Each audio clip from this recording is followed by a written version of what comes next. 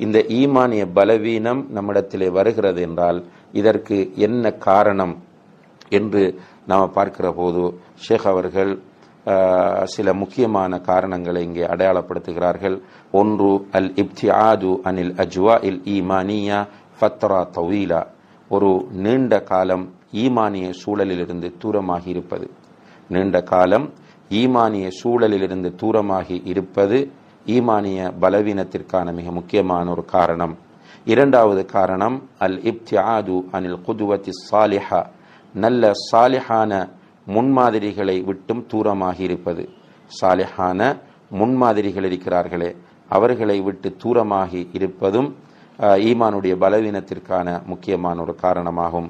மூன்றாவதாக, அல் இப்திஆது அன் தலபில் இல்மி ஷர்இ வல் இத்திசால் பி குதுபி ஸலஃப் வல் குதுபில் ஈமானி அல்லதி துஹில் கல்ப், அதாவது இஸ்லாமிய கல்வி தேடுவதை விட்டும் தூரமாக இருப்பதும், சலஃபு சாலிஹீன்களுடைய புத்தகங்கள் ஈமானை புதுப்பிக்கக்கூடிய நூல்களை விட்டும் நாம் தூரமாக இருப்பதும் ஈமானுடைய பலவீனத்திற்கான காரணங்களில் ஒன்று என்பதை ஷேக் அவர்கள் குறிப்பிட்டார்கள். நான்காவது காரணத்தை நாம் பார்க்கலாம்.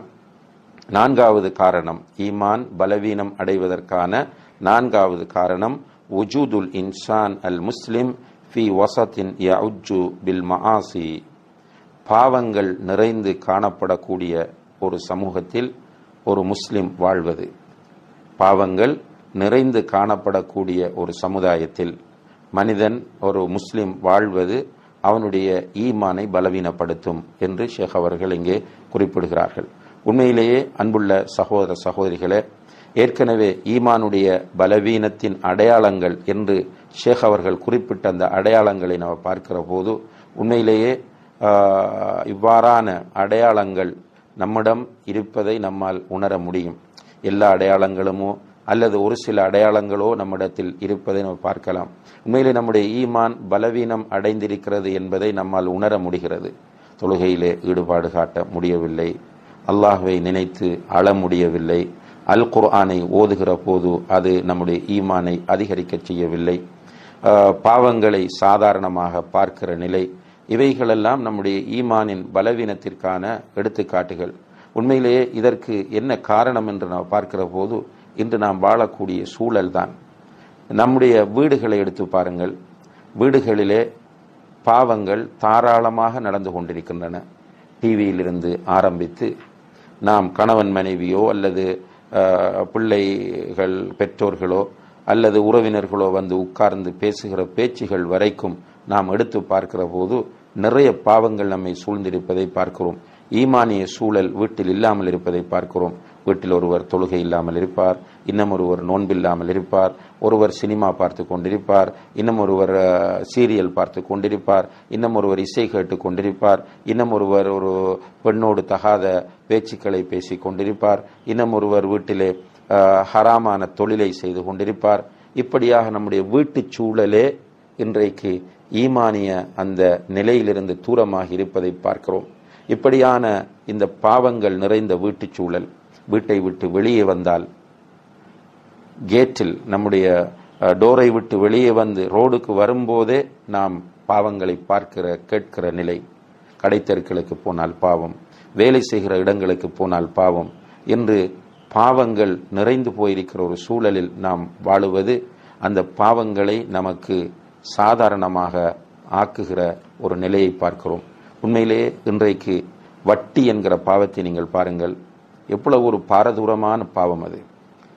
அதாவது ஒரு மனிதனை நரகத்தில் நிரந்தரமாக ஆக்குகிற அளவுக்கு பாரதூரமான பாவம் வட்டி. ஆனால் இந்த வட்டி என்ற பாவம் இன்று சாதாரணமாக நம்முடைய மனங்களில் ஆகியிருப்பதை பார்க்கிறோம். வியாபாரத்தில் ஈடுபடுகிறவர்கள் இல்லாமன் ரஹிம ரப்பி, அல்லாஹ் யாருக்கு அருள் புரிந்தானோ அவர்களை தவிர மற்ற வியாபாரத்தில் ஈடுபடுகிற பெரும்பாலானவர்கள் வட்டி என்பதை சாதாரணமான ஒன்றாகவே எடுத்துக்கொண்டிருக்கிறார்கள். ஒரு சின்ன விஷயத்திற்காக அவர்கள் ஊரையே கூட்டுவார்கள், மிகப்பெரிய குழப்பத்தை ஏற்படுத்துவார்கள். ஆனால் அவர்கள் வட்டியோடு சிம்பிளாக வாழ்ந்து கொண்டிருப்பார்கள். பிசினஸ் வட்டியிலே ஓடிக்கொண்டிருக்கும். அவர்கள் வைத்திருக்கிற வாகனம் வட்டியில் உள்ள வாகனமாக இருக்கும். அவர்கள் வாங்கியிருக்கிற வீடு அல்லது கட்டியிருக்கிற வீடு வட்டியில் கடன் வாங்கி கட்டப்பட்டதாக இருக்கும். வீட்டிலே வீட்டிலே வைக்கப்பட்டிருக்கிற பொருட்களை பார்த்தால் அதுவும் ஏதோ ஒரு முறையில் வட்டியோடு தொடர்புபட்டு வாங்கப்பட்டதாக இருக்கும். ஆனால் நாம் இப்படி வட்டிக்குள் வாழுகிறோமே என்கிற ஒரு மன அழுத்தம், மன இறுக்கம் இல்லாத ஒரு சூழலை நாம் இன்று அவதானிக்க முடிகிறது.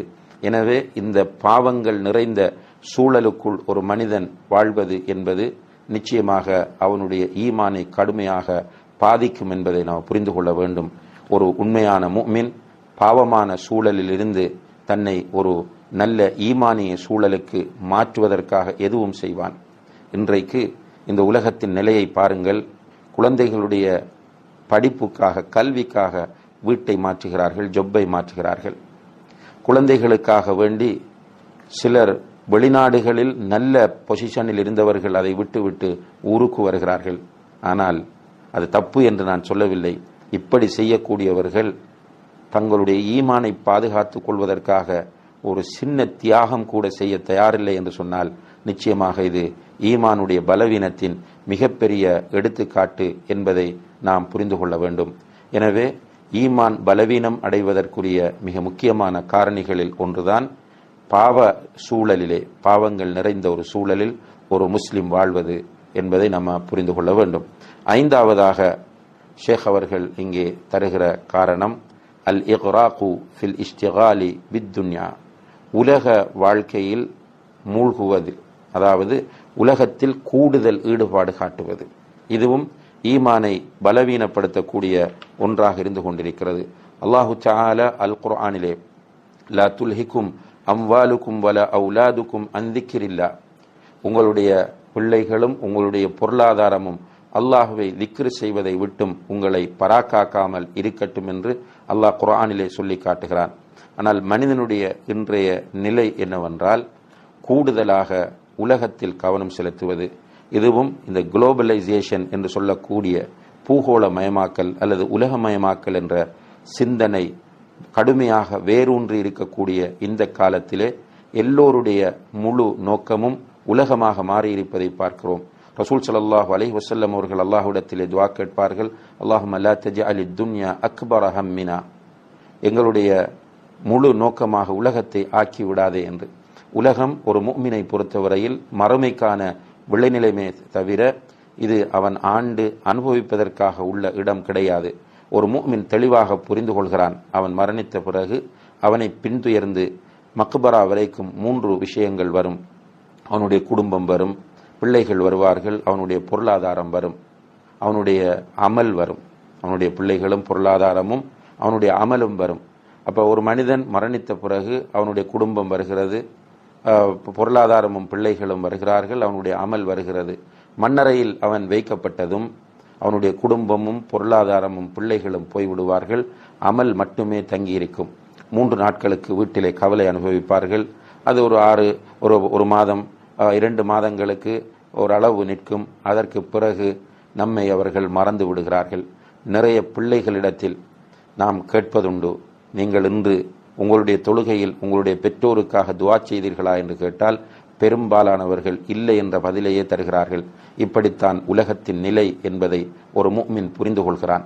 எனவே அந்த முஃமின் வெறுமனே உலகம்தான் தன்னுடைய எல்லாம் என்று நினைக்கிற போது நிச்சயமாக அவன் தன்னுடைய ஈமானை இழக்க வேண்டிய அல்லது ஈமானில் பலவீனம் அடைய வேண்டிய ஒரு நிலை உருவாகிவிடும். ரசூல் ஸல்லல்லாஹு அலைஹி வஸல்லம் அவர்கள் இதை கண்டிக்கிறார்கள். தஐஸ அப்துத் தீனார் வ தஐஸ அப்துத் திர்ஹம், தீனாருக்கு அடிமைப்பட்டவன் அழிந்து விடுகிறான், திர்ஹமுக்கு அடிமைப்பட்டவனும் அழிந்து விடுகிறான். அதாவது தீனார் என்றால் தங்க காசு, திர்ஹம் என்றால் வெள்ளி காசு. ரசூல் ஸல்லல்லாஹு அலைஹி வஸல்லம் அவருடைய காலத்தில் நடைமுறையில் இருந்த பணங்கள் இவைதான். இப்போ பணத்திற்கு அடிமைப்பட்டவன் அழிந்து விட்டான் என்று நபி ஸல்லல்லாஹு அலைஹி வஸல்லம் அவர்கள் சொல்கிறார்கள். எனவே இந்த பணம் நம்முடைய அல்டிமேட் டார்கெட்டாக ஆகிவிடக்கூடாது. இந்த உலகத்தில் நாம் உழைப்பது, சம்பாதிப்பது எல்லாமே மறுமையில் வெற்றி பெறுவது என்கிற நோக்கத்தில் செய்யப்படுமாக இருந்தால் பிரச்சனை இல்லை. கோடீஸ்வரராக மாறுவதிலே தப்பு கிடையாது, படிப்பிலே உச்சகட்டத்தை அடைவதில் தப்பு கிடையாது, பெரும் பெரும் வெற்றிகள் வைத்திருப்பதிலே தப்பு கிடையாது. ஆனால் இவைகள் எதுவுமே நம்மை மார்க்கத்தை விட்டு தூரமாக்கி விடக்கூடாது, மார்க்க சிந்தனையிலிருந்து நம்மை பராக்காக்கி விடக்கூடாது. நம்முடைய தொழுகையை உரிய நேரத்தில் நிறைவேற்ற முடியாமல் தொழுகையை கலாவாக ஆக்கக்கூடிய நிலைக்கு நம்முடைய பிஸ்னஸ் ஆகிவிடக்கூடாது. இப்படி ஒருவர் கூடுதலாக உலகத்தில் ஈடுபாடு காட்டினால் அவர் ஈமானுடைய பலவீன நிலைக்கு சென்று விடுகிறார் என்பதை நாம் கவனத்திலே கொள்ள வேண்டும். ரசூல் ஸல்லல்லாஹு அலைஹி வஸல்லம் அவர்கள் சொல்லுகிறார்கள், அல்லாஹு தஆலா சொன்னதாக முஸ்னத் அஹ்மதிலே பதிவு செய்யப்பட்ட ஹதீஸ், இன்னா அன்ஸல்னல் மால லிஇகாமிஸ் ஸலா வ ஈதாஇஸ் ஸக்கா, நிச்சயமாக நாம் பணத்தை, பொருளாதாரத்தை இறக்கியது தொழுகையை நிலைநாட்டுவதற்காகவும் ஜக்காத்து கொடுப்பதற்கும் ஆகும். வலவ் கான லிப்னி ஆதம் வாதின், ஆதமுடைய மகனுக்கு ஒரு ஓடை நிறைய பொருளாதாரம் இருந்தால் ல அஹப்ப அன் யகூன லஹு சானின், இன்னும் ஒரு ஓடை நிறைய பொருளாதாரம் தனக்கு இருக்க வேண்டும் என்று விரும்புவான். வலவ் கான லஹு வாதியானி ல அஹப்ப அன் யகூன இலைஹிமா தாலிசுன், இரண்டு ஓடைகள் இருக்கும்போது அந்த இரண்டோடு மூன்றாவது ஒன்று வந்து சேர வேண்டும் என்று விரும்புவான். வலா யம்லஉ ஜௌஃப இப்னி ஆதம் இல்ல துராப், ஆதமுடைய மகனின், மனிதனின் வயிற்றை மண்ணை தவிர வேறு எதுவும் நிறைக்காது என்று நபி ஸல்லல்லாஹு அலைஹி வஸல்லம் அவர்கள் சொல்லி, தும்ம யதூபுல்லாஹு அலா மன் தாப், பிறகு அல்லாஹ் யார் தௌபா செய்கிறாரோ அவருடைய தௌபாவை ஏற்றுக்கொள்கிறான் என்று சொன்னார்கள். முஸ்னத் அஹ்மதிலே பதிவு செய்யப்பட்ட இந்த ஹதீஸை ஷேக் அல்பானி ரஹ்மஹுல்லா அவர்கள் சஹீஹ் என்று சொல்கிறார்கள். எனவே அன்புள்ள சகோதர சகோதரிகளே, உலகத்தில் கூடுதல் ஈடுபாடு காட்டுவது ஈமானுடைய பலவீனத்தின் ஒரு அடையாளமாகும். உலகத்தில் ஈடுபாடு காட்டுகிற அதே நேரத்தில் அல்லாஹுடைய வழிகாட்டல்களை, அல்லாஹுடைய தூதருடைய வழிகாட்டல்களை மறக்காமல் அலட்சியம் செய்யாமல் இருப்பவர்தான் உண்மையான முஃமினாவார் என்பதை நாம் புரிந்து கொள்ள வேண்டும். எனவே எல்லாம் வல்ல அல்லாஹு தஆலா இந்த காரணிகளை இனம் கண்டு அவற்றிலிருந்து நாம் நம்மை பாதுகாத்துக் கொள்வதற்கு தௌஃபீக் செய்வானாக.